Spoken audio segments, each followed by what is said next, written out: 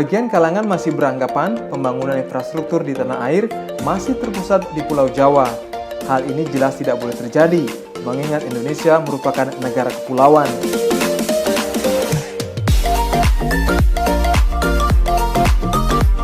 Setiap pulau dan daerah memiliki karakteristik alam dan potensi ekonomi yang berbeda-beda.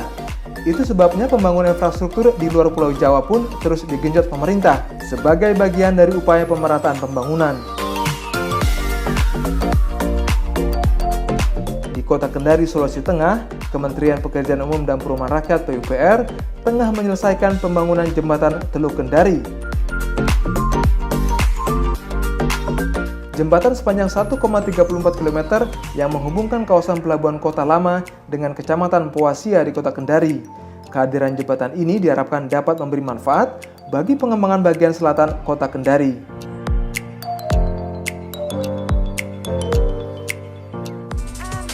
Alhamdulillah, pada hari ini kita telah melihat bersama-sama bahwa telah dilaksanakan groundbreaking untuk pembangunan jembatan Bahtera Mas Teluk Kendari dalam rangka menunjang jaringan jalan yang ada di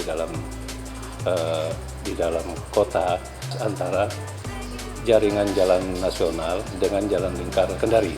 Di samping itu juga dengan adanya jembatan Teluk Kendari ini itu akan mengembangkan potensi industri dan pengembangan wilayah di daerah Poasia, di mana di sana dibangun kawasan industri dan pelabuhan Bungku Toko serta beberapa pengembangan wilayah lainnya. Pertama-tama marilah kita patut puji dan syukur kehadirat Allah SWT, yang mana pada pagi hari ini kita bisa bersama-sama akan menyaksikan groundbreaking pembangunan jembatan Bahtera Mas Teluk Kendari. Kita berada di sini untuk menyaksikan awal dari groundbreaking jembatan Teluk Kendari yang panjangnya sekitar 1.300 meter. Jembatannya panjang, tapi saya percaya Pak Gubernur tahu ceritanya lebih panjang lagi.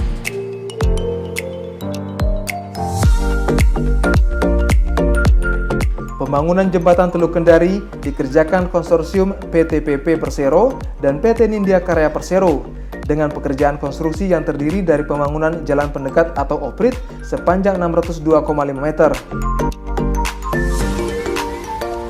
approach span sepanjang 357,7 meter, side span sepanjang 180 meter, dan bentangan utama atau main span sepanjang 200 meter. Jembatan dengan tipe cable stayed ini memiliki lebar 20 meter dengan 4 lajur serta median dan trotoar.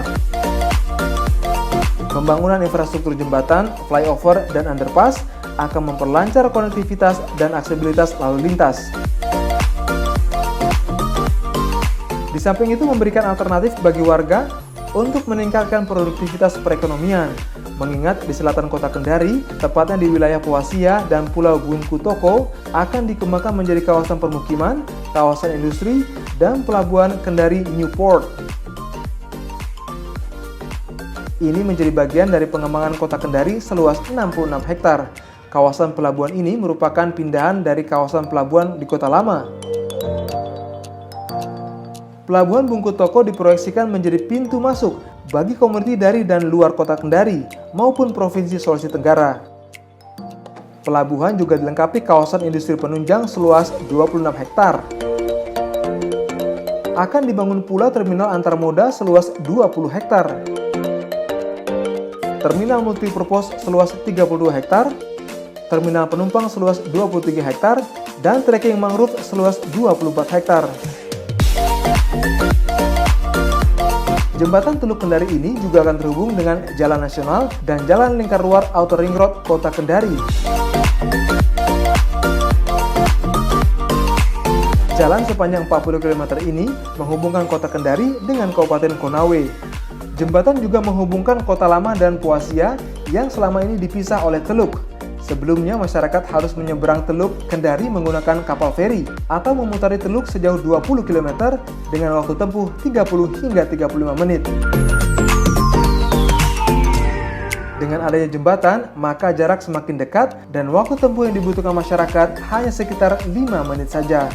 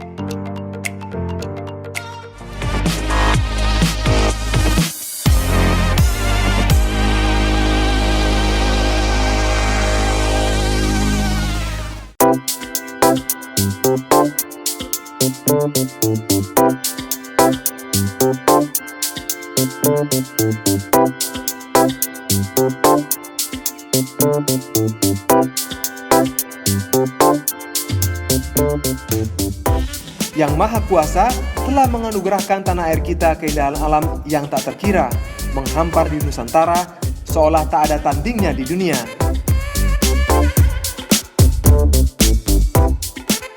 Kementerian PUPR melakukan berbagai upaya untuk mempercantik potensi wisata Indonesia agar lebih mendunia, mulai dari lingkupan Sulawesi Utara,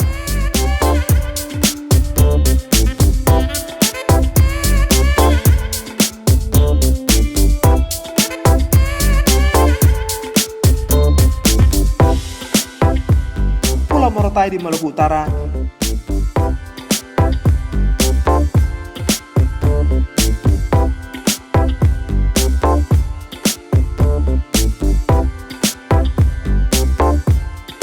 hingga Tanjung Kelayang, Provinsi Bangka Belitung.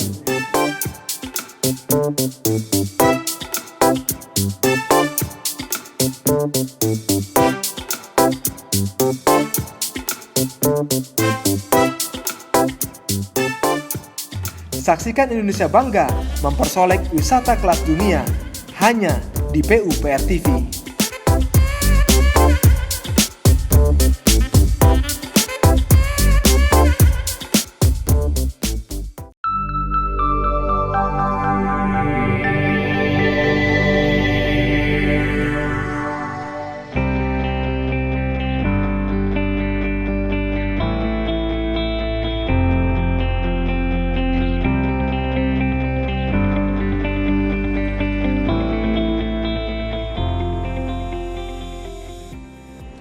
Di, lo lagi ngapain? Muka lo bingung banget. Aduh, iya nih gue pusing banget. Lagi sibuk cari data jalan nasional yang lengkap dan valid. Nyarinya di mana ya? Ya ampun, udah lo gak usah pusing-pusing lagi. Katanya lo anak milenial. Banyak banget tahu cara untuk dapetin data jalan nasional. Itu semua udah disediakan dari Direktorat Jenderal Bina Marga di bawah Kementerian Pekerjaan Umum dan Perumahan Rakyat. Nih, sini. Hai, buat kamu yang ingin memperoleh informasi dari Bina Marga, ada beberapa tahap yang harus kamu ketahui. Permohonan informasi publik bisa dilakukan oleh individu atau instansi. Caranya gampang banget. Kamu bisa mengirim email melalui pipbinamarga@pu.go.id atau mengakses website www.binamarga.pu.go.id. Pilih menu informasi publik. Setelah itu, cari navigasi dan klik ePPID. Kemudian login. Di sini kamu harus mengisi biodata termasuk mengupload foto KTP asli. Kamu akan mendapatkan verifikasi melalui email yang sudah didaftarkan. Setelah itu, kamu sudah bisa mengajukan permohonan informasi yang kamu butuhkan. Pastikan kamu mengisi tujuan pemanfaatan informasi yang kamu mau ya, misalnya permintaan data untuk penelitian skripsi.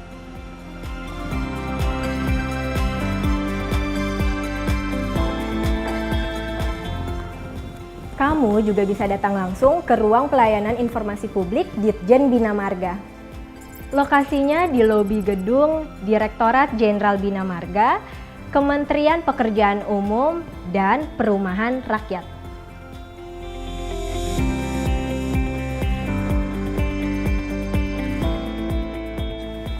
Di sini ada beberapa prosedur pelayanan informasi yang akan dilakukan. Yuk kita simak. Pemohon mengajukan permohonan informasi publik melalui Bina Marga. Di sini, pemohon harus mengisi formulir registrasi terlebih dahulu. Untuk instansi, wajib melampirkan berkas-berkas khusus sesuai yang diatur oleh perundang-undangan yang berlaku. Setelah itu, Bina Marga melakukan verifikasi kelengkapan berkas permohonan yang diterima. Bina Marga kemudian meregistrasi permohonan informasi yang telah lengkap. Setelah itu, Bina Marga melakukan verifikasi kewenangan Direktorat Jenderal Bina Marga atas informasi yang dimohonkan. Kemudian, Bina Marga akan melakukan pengecekan database informasi untuk menjawab permohonan informasi yang kamu ajukan. Setelah informasi diterima oleh pemohon, Bina Marga akan melakukan proses pencatatan laporan bahwa permohonan telah selesai. Ini ya Mbak ya. Sama-sama dengan senang hati.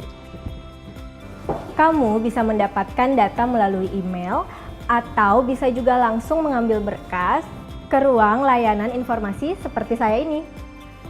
Oh iya, kamu bisa mendapatkan data dan informasi yang sesuai dengan kamu inginkan hanya dalam 7 hari kerja loh. Mudah kan?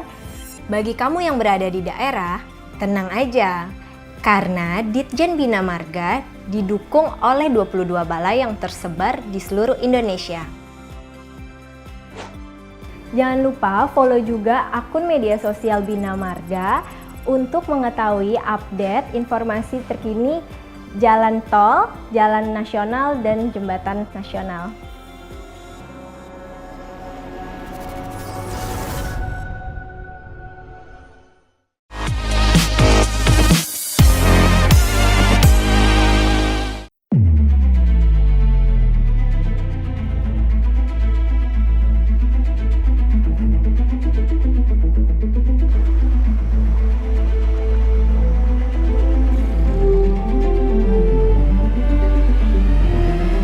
Bentangan alam kerap membuat banyak daerah di tanah air terpisah satu dengan lainnya. Misalnya dipisahkan dengan sungai yang lebar dan mempunyai arus yang kuat. Untuk mencapai di desa seberang, masyarakat membutuhkan infrastruktur pendukung berupa jembatan.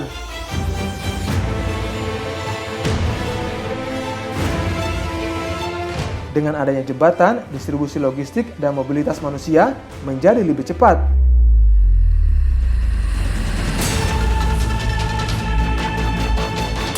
Keberadaan jembatan gantung yang khusus digunakan bagi pejalan kaki memiliki peran penting untuk menghubungkan atau memperpendek jarak tempuh antar desa atau bahkan akses desa ke kantor pemerintahan.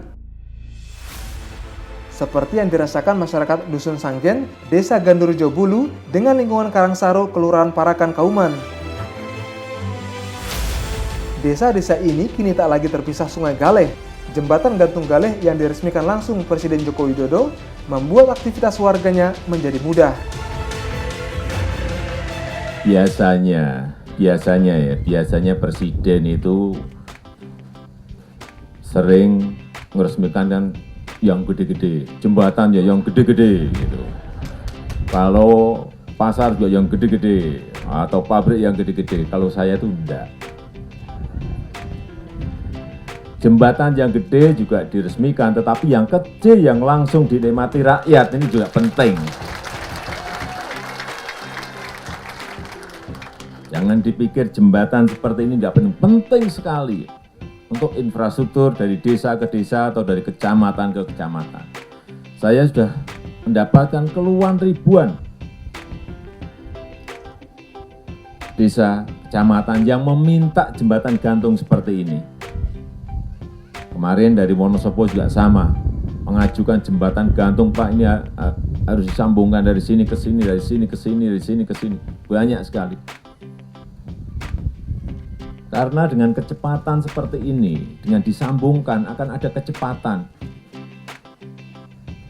untuk logistik, untuk mobilitas orang cepat, mobilitas barang cepat.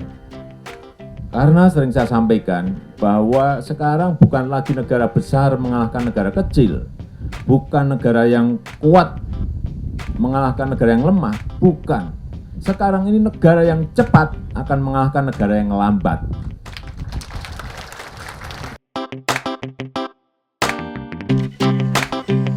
Jembatan kecil tetapi besar manfaatnya bagi masyarakat di pedesaan. Membangun jembatan-jembatan gantung telah menjadi prioritas Kementerian PUPR sejak 2015 lalu.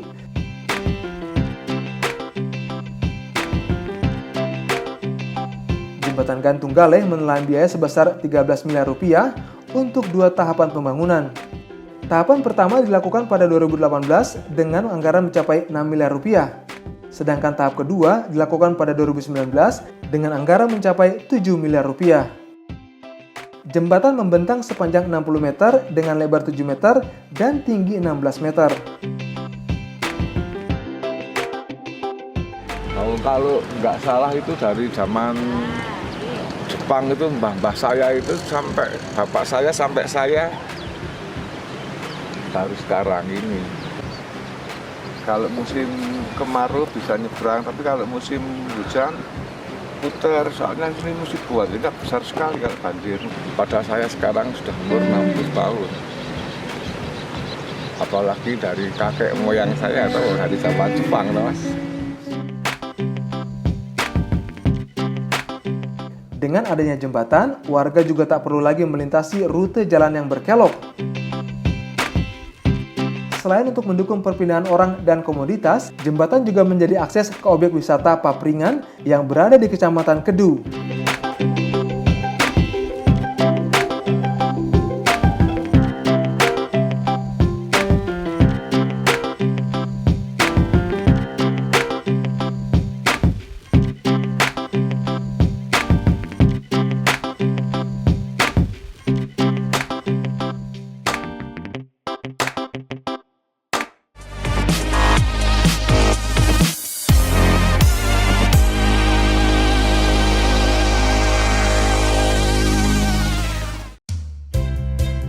PKPT mempunyai tugas melaksanakan penelitian dan pengembangan, pengkajian kebijakan dan strategi pengembangan infrastruktur, serta penerapan teknologi hasil penelitian dan pengembangan bidang pekerjaan umum dan perumahan rakyat (PUPR).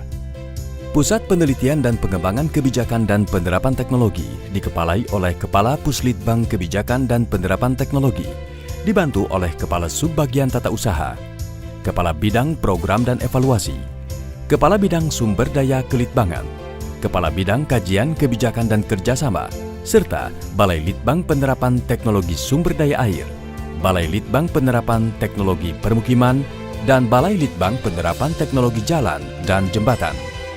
PKPT berfungsi sebagai pendukung akselerasi pembangunan infrastruktur PUPR secara komprehensif dan terintegrasi dengan sektor-sektor di lingkungan Kementerian PUPR melalui penerapan teknologi dari hasil penelitian dan pengembangan Litbang yang lebih kreatif dan inovatif. Dengan adanya PKPT, hasil Litbang menjadi lebih utuh dan terpadu, serta mengarah kepada rekomendasi kebijakan penyelenggara infrastruktur, yaitu terbukti secara ilmiah, layak dari sisi ekonomi, mampu diterima masyarakat, serta yang tak kalah penting yaitu ramah lingkungan. Untuk memudahkan penerapan teknologi serta koordinasi dengan stakeholder terkait, PKPT menyusun proses yang dimulai dari prototipe teknologi hasil Litbang oleh masing-masing Litbang terkait, yang kemudian dilakukan pengkajian dan penerapan teknologi oleh balai-balai di lingkungan PKPT, hingga tercipta kerjasama dengan aplikator yang didukung dengan perlindungan hak kekayaan intelektual dalam bentuk paten ataupun hak cipta. Proses bisnis penyusunan rekomendasi kebijakan yang dilakukan PKPT dimulai dari menjawab isu dan permasalahan yang ada. Selanjutnya dianalisis menggunakan metode penelitian yang tepat. Dan pada akhirnya menghasilkan rekomendasi kebijakan yang dibutuhkan pimpinan dalam pengambilan keputusan. Keberhasilan dari penelitian tak lepas dari sumber daya manusia yang kami miliki.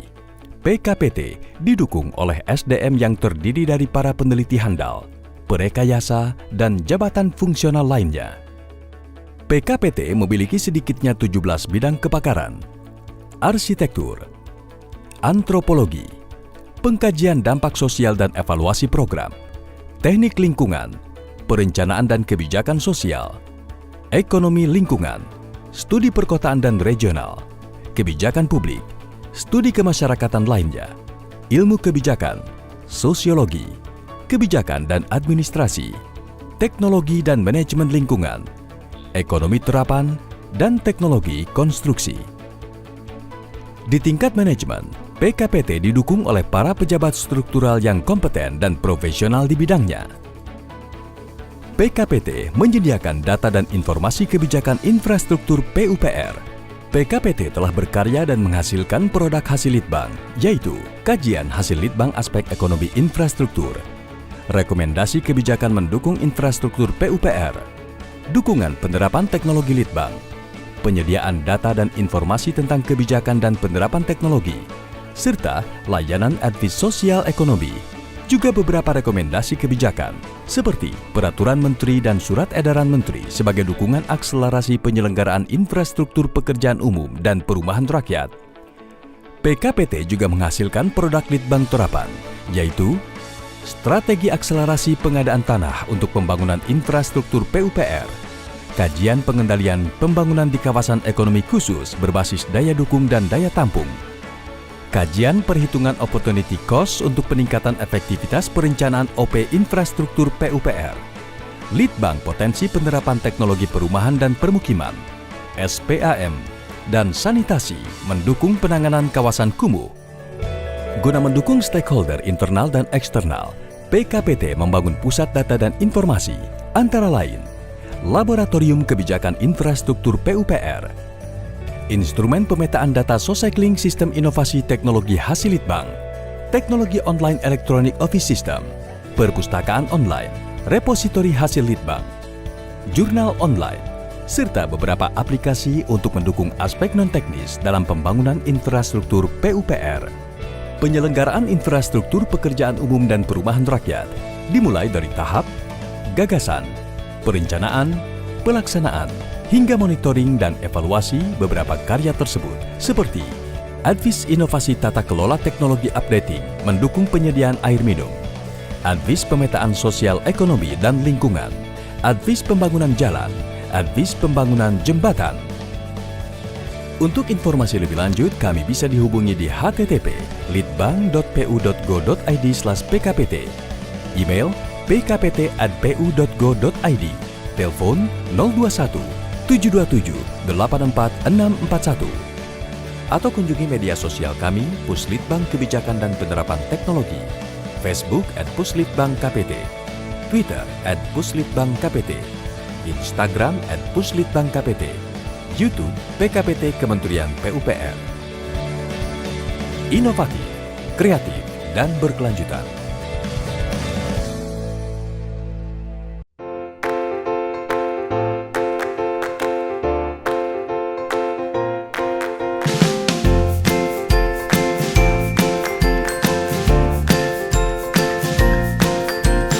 Membangun infrastruktur bukan sekedar mendirikan prasasti, sekedar untuk dipandang atau dikenang. Membangun infrastruktur haruslah membawa sebanyak-banyaknya manfaat. Berdasarkan rencana strategis atau Restra Kabinet Indonesia Kerja Jilid 2, Kementerian PUPR mengebut pengerjaan proyek infrastruktur berdaya guna.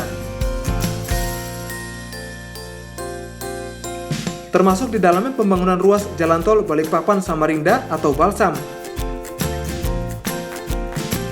melintasi beberapa wilayah Provinsi Kalimantan Timur. Selain jalan dan bangunan nan megah, Kementerian PUPR juga membuat infrastruktur pendukung kesehatan masyarakat.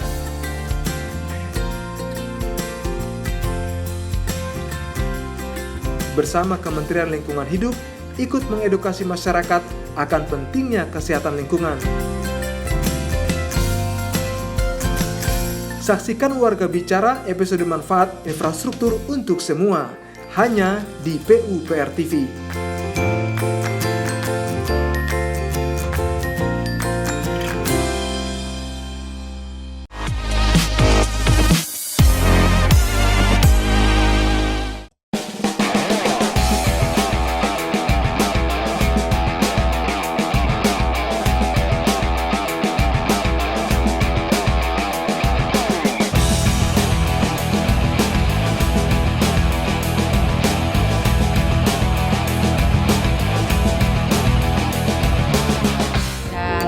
terjangkau.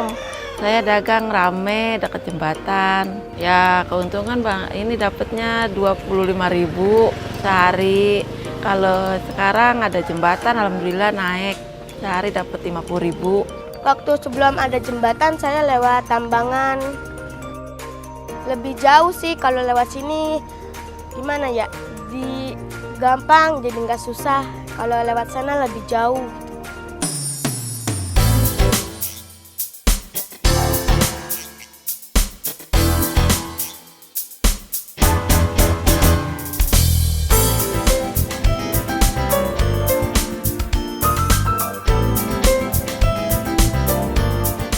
Masyarakat Muara Gembong kini memiliki akses baru, yakni jembatan yang melintas di atas Sungai Citarum yang diberi nama Jembatan Jokowi.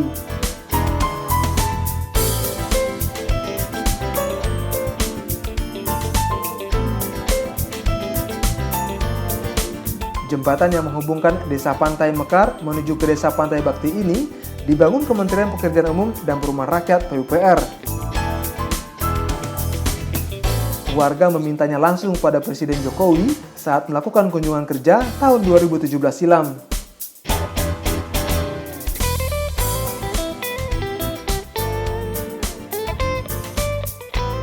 Lewat jembatan gantung, dia makan sempit, ini bisa jebol nih kalau jalan goyang. Ya kalau berimbasan nggak bisa kita. Ya mungkin jadi perjalanan cepat gitu jalan.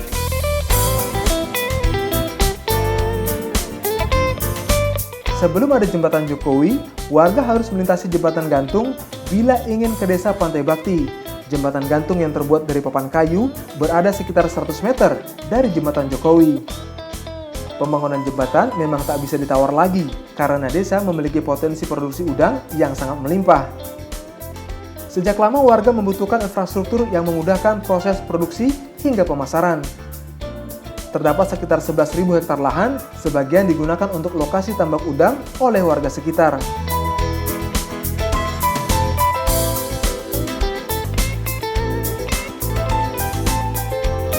Kini dengan adanya jembatan Jokowi, para petambak udang bisa mengangkut hasil panennya menggunakan truk.